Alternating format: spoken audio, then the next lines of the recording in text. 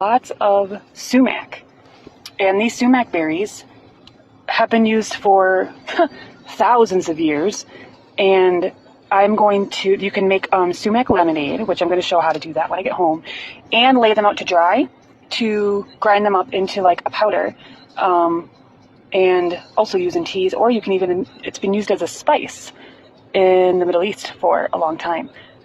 So you can also use it for those purposes. So I'll show you how to do that when I get home. What do you have?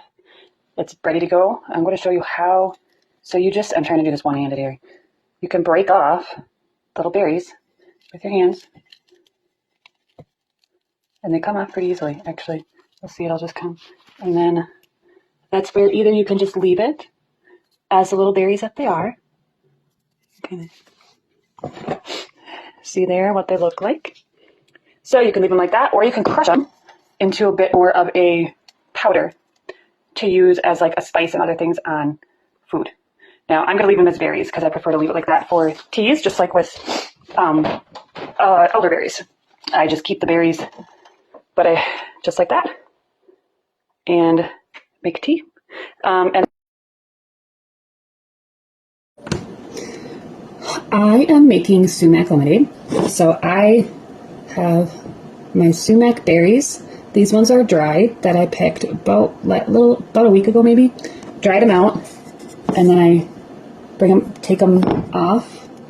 Now they're fresh berries, or dried berries, I should say. And I'm going to put them in my jar. You can do a pretty decent amount of berry. I'm dropping them everywhere. Sumac berries are a really underestimated herb plant. Food. I mean, it's a food, in my opinion. And right now it's in its prime here in Wisconsin.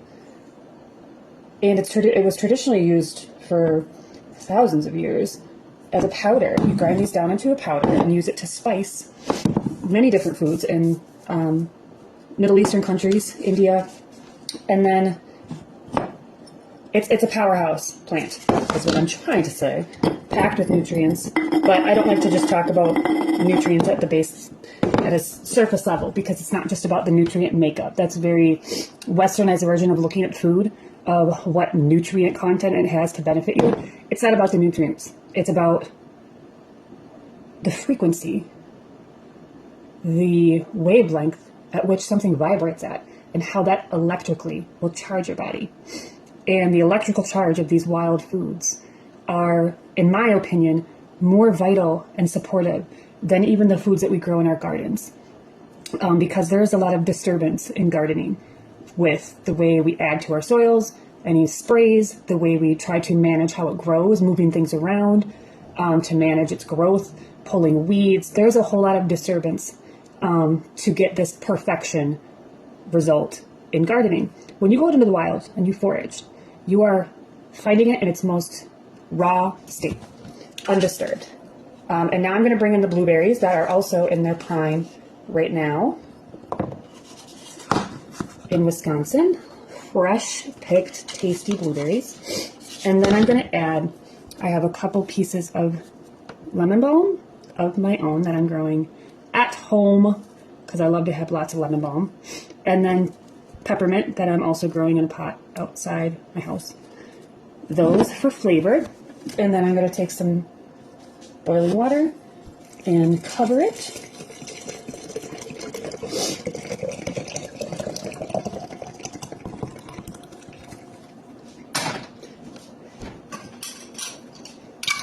Just going to put a lid on that.